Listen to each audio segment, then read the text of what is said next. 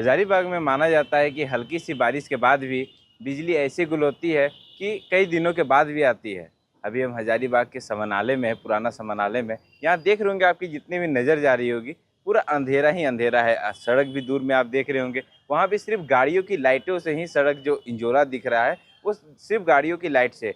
सारी street light भी बंद पड़ी हुई है क्योंकि जो बिजली है वो गुल है। आप तस्वीरों के माध्यम से जो स्ट्रीट लाइटें भी देख रहे होंगे उसे भी गुल है क्योंकि लाइट पूरे शहर में लाइट नहीं। यहाँ स्थानीय लोग मौजूद हैं, हम उनसे बात करते हैं कब से बिजली कटी हुई है और क्या समस्याएं हैं। कितने दिनों से बिजली कटी हुई है? ये तो भैया आप कुल मिलाकर समझिए कि सिर्फ ये बिजली आती है आंख दिखाने के लिए, ताकि लगे कि हाँ बिजली में विभाग वाले या बिजली अभी चल रही है। धड़कने जैसे चलती है उसी कंडीशन है इसका।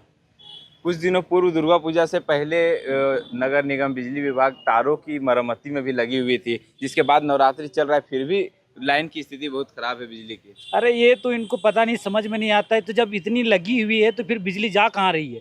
इन लोगों को नवरात्रा से पहले इनको समझ नहीं आता है कि बिजली देना है, सबको श्रद्धालुगण को अच्छे से देखना है। तो बिजली जब नवरात्रि आती है तभी इन लोगों को ध्यान आता है कि बिजली कनेक्शन नहीं है, तो तार गिर गया है, तो पोल कनेक्शन कट गया है।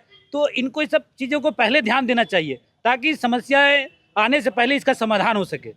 बहुत सारी समस्याएं भी इसमें आती है, इसे लोग सड़क पर मेला देखने भी जाते हैं। लोग अभी शाम को आरती देखने के लिए भी जाएंगे। भैया यही तो कारण है, जब बिजली अभी अंधेरे में लोग कई बिचौलियाँ घूमते हैं, कई माताएं बहनें को छेड़ दे, किनका क्या कोई छीन के चैन भाग जाए, कोई क्या भाग जाए। तो ये सब चीज़ें को देखना पड़ेगा ना। चोरी की भी आशंका बहुत ज़्यादा आशंका है, तो इसको सारे को देखना पड़ेगा और ये सब चीज़ों को बिजली विभाग को सुधारना पड़ेगा ताकि श्रद्धालुओं को कोई दिक्कतें ना आए और उनको पूजा पाठ करने में कोई तकलीफ ना आनी चाहिए। क्या नाम हुआ? मेरा नाम निराला मेहता है।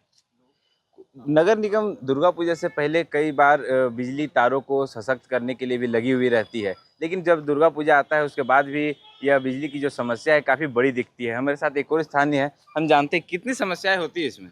देखिए, ये बिजली विभाग की बेशर्मी है कि इस पावन माह में दशहरा जैसे पावन पवित्र पूजा है, 2 दिन बाद नवमी होगा, दशमी होगा, मेला का त्यौहार है, लोग घर से निकल के सड़क पे हैं, पंडाल जा रहे हैं और लाइट नहीं है, चारों तरफ अंधेरा है, छिनतई की संभावना है।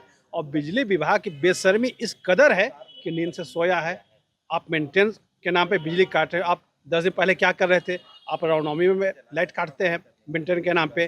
दुर्गा पूजा जैसे जहाँ लाइट का ही त्यौहार है वहाँ पर लाइट काटते हैं।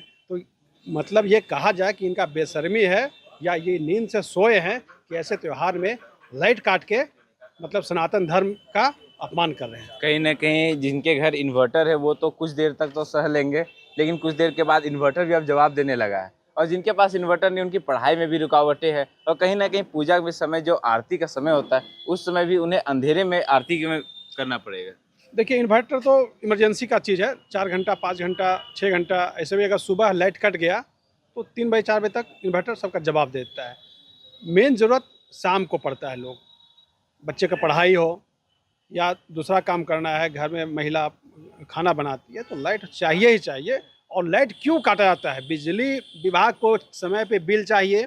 अगर कंज्यूमर समय पे बिल नहीं देता तो उनका तगादा होता है, लाइट काटे चले आते हैं, कनेक्शन काटे चले आते हैं। तो उनको समय पे बिल चाहिए, तो क्या कंज्यूमर को समय पे बिजली नहीं चाहिए? 24/7 के हिसाब से बिजली विभाग को बिजली देना चाहिए कंज्यूमर को। और कंज्यूमर का हक है कि 24/7 के हिसाब से बिजली ले जलावे, क्योंकि सारा काम बिजली पे ही डिपेंड है। तो आपने सुना स्थानीय लोग भी काफ़ी आक्रोश में हैं क्योंकि लगातार जो बिजली विभाग की यह कार्रवाई है, लगातार दुर्गा पूजा से पहले भी वह घंटों लाइन काटते हैं क्योंकि वह बिजली के तारों को सशक्त करने में लगे हुए रहते हैं। लेकिन जब दुर्गा पूजा सामने आता है, अभी दुर्गा पूजा का जो समय चल रहा है उसमें भी वह बिजली की जो कटौती कर रहे हैं। हल्की सी बारिश में आपने कल देखा होगा कि कल हजारीबाग में भी जोरदार बारिश हुई थी, उसी का जो प्रभाव है वो अभी तक 24 घंटे तक भी कई क्षेत्रों में लाइन नहीं आया है, कभी कई क्षेत्रों में आ रहा है और जा रहा है।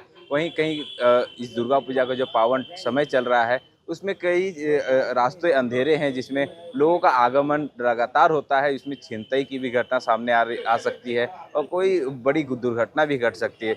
मैं रूपेश कुमार, मिरर मीडिया, हजारीबाग। नए दौर की नई कहानी लिखने, खबरों को नए अंदाज में आप तक पहुंचाने के लिए मिरर मीडिया के चैनल पर अब हम आपको मिलेंगे पूरे 24 घंटे। जियो टीवी के चैनल नंबर 4088 पर, इसके साथ ही जियो टीवी ऐप और Amazon Fire TV पर भी।